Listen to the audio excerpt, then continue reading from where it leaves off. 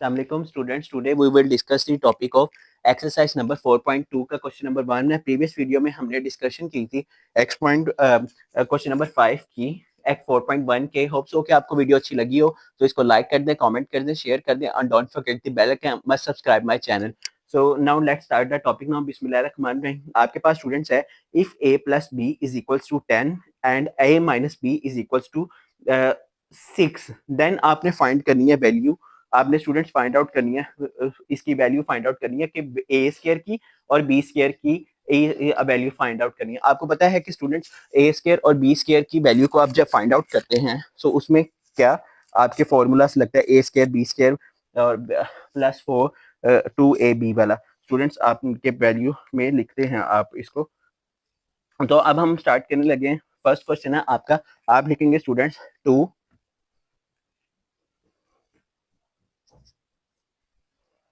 A square plus B square is equals to आपके पास है ए प्लस बी का square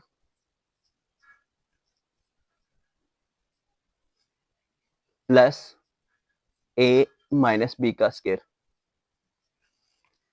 is equals to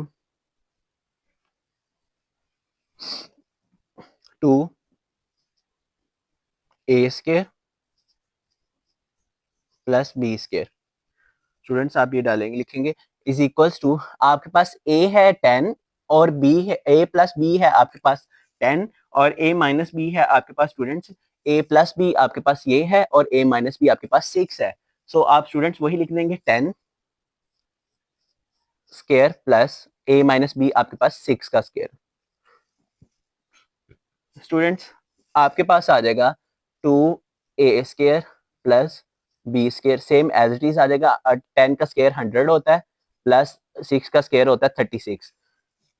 students ये आपके पास आ जाएगा 136 आपके पास सेम एज इट इज आ जाएगा.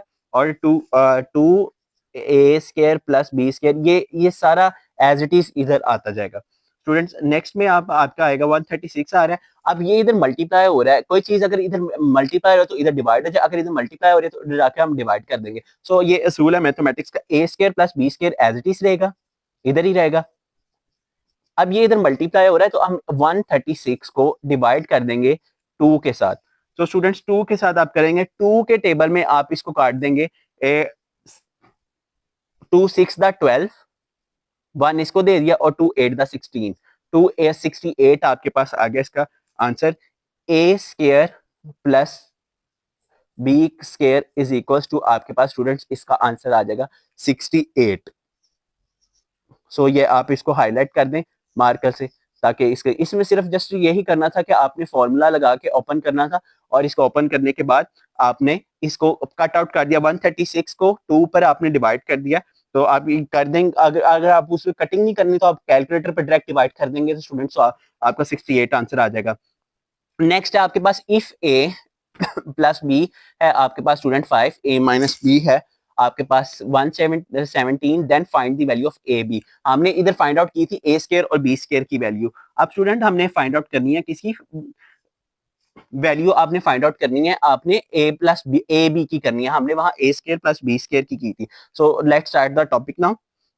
वी 4ab आपके पास है students is equals to 4ab is equals to A plus B का square minus A minus B का स्क्वायर.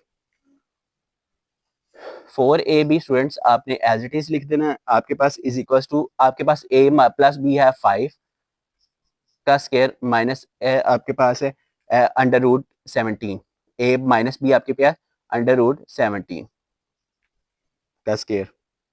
ये अंडर रूट इससे कैंसिल आउट हो जाएगा. आपके पास 25 रहेगा. माइनस 5 का स्क्वायर होता है 25 और 17 एज इट इज आपके पास आ जाएगा. और 4ab ऐसे ही स्टूडेंट्स आपके पास आ जाएगा. 25 में से आप करेंगे माइनस करेंगे 17 को तो स्टूडेंट्स आपके पास 8 आ जाएगा. 4ab एज इट इज आ जाएगा. अब वही इस तरह ये चीज मल्टीप्लाई हो रही है उधर जाके हम डिवाइड कर देंगे 4 को. 8 इज इक्वल्स टू आपके पास 4 है. 4 के टेबल में आप काट देंगे तो ये आपके पास स्टूडेंट्स ये आपके पास 2 आ जाएगा. ab is equals to a b is equal to आपके पास स्टूडेंट 2 आ गया, ये आपका आंसर होगा। थर्ड क्वेश्चन में आपने क्या करना है, थर्ड क्वेश्चन में आपने फाइंड आउट करना है if a square plus B square plus c square आपके पास 45 के इक्वल है और आपके पास a plus b plus c is equal to -1, then find value of a b plus b c plus c a. Students आपके पास ये इक्वल है, आपने इसको solution same as it is लिख लेना है।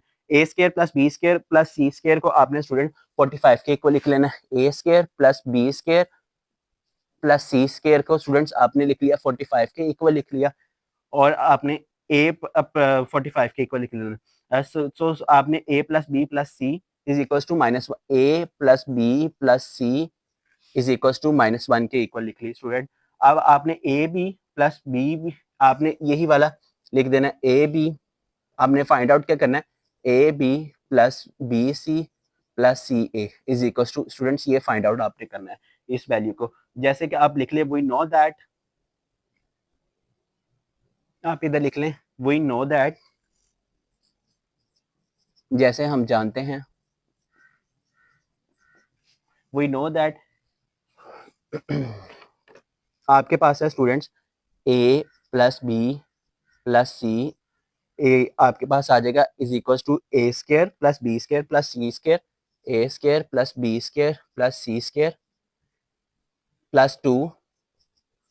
अब ए बी, अब इसी वैल्यू को आपने सारा अंदर जो आपने फाइंड आउट करनी है स्टूडेंट्स आपने लिख देना a b plus b c plus c a and then close the bracket.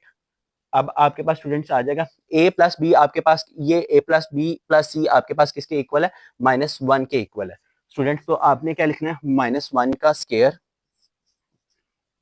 Is equal to ये 45 के इक्वल है, 45 ये ऊपर लिखा हुआ है 45 two a b plus b c plus c a. हमने क्योंकि फाइंड आउट यही करना है तो स्टूडेंट्स हमने यही सारा लिख देना है। अब 1 का स्क्वायर हमेशा 1 ही होता है students, is equal to 45 plus 2 है, 45 आगे आ जाएगा 45 प्लस 2 आपके पास स्टूडेंट्स आपने लिख लिया। अभी ये जो आप देखेंगे अब इधर ये प्लस हो रहा है, इधर आके हम क्या कर देंगे माइनस कर देंगे, 1 minus 45 is equal to 2 a b plus b c plus c a. ये लॉन्ग क्वेश्चन में